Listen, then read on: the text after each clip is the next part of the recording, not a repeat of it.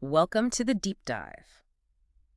Okay, so when you think of Indonesia, maybe islands, spices, incredible beaches come to mind, right? Absolutely. That's the usual picture. But what if I told you our sources point to something else, something hidden, sparkling, even beneath the rainforests? Diamonds. Wow. It's fascinating, isn't it?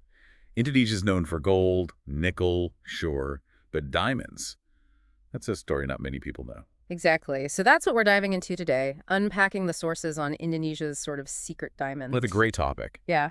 because it really adds another layer to understanding the country. So where does this story even start? Our sources suggest Kalimantan, that's Indonesian Borneo, specifically Central and South Kalimantan. And we're talking early, Huh? like 18th century early. Yeah, remarkably far back. And what's really key here is how they were found. These weren't, deep mine shafts or anything like that. Right. They were alluvial diamonds, gems washed down by rivers over millennia, settling in the soil, the sand. So people were literally finding them near the surface. Pretty much. Often just through manual labor, panning in rivers, sifting through sediment. No heavy machinery involved back then. Okay, so from these sort of accidental finds, it evolved. The sources talk about Martapura and this tradition, mensling and tan. Diamond panning. Hmm. For the Banjar people there, it's become much more than just looking for stones. It's deeply cultural. A A tradition. deep-rooted tradition, exactly. Martapura is this amazing hub. You've got these age-old panning techniques passed down through families, side by side with, modern workshops cutting and selling the gems. So it's a real blend of old and new. Absolutely. Heritage meets commerce. You can almost picture the markets, the skill involved. It makes Martapura really unique, more than just a place where diamonds are found. It's alive with this history. But there's a flip side to this traditional picture, isn't there? It's not like the big regulated diamond operations you might see in, say, Botswana or Canada. No, not at all. A lot of Indonesia's diamond mining is small scale and, crucially, often unregulated. And that brings problems. Serious ones. Yeah. Environmentally, you're looking at risks like deforestation when land gets cleared, river pollution from the silt, it may be chemicals used, soil erosion. It damages the ecosystem. Uh-huh. And then there's the issue of illegal mining. It's quite prevalent.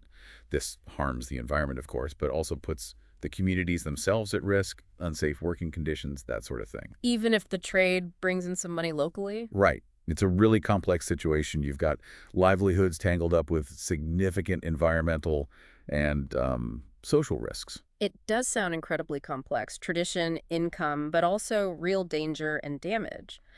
So thinking ahead, could Indonesia become a bigger player on the world diamond stage? Is there more potential there? Sources hint at untapped reserves, Hmm. maybe still in Kalimantan, maybe even Papua. That's the big question. Tapping into that potential, if it's really there and viable, would need a complete rethink. How so? You'd need proper geological surveys, first off, Hmm. finding sites responsibly.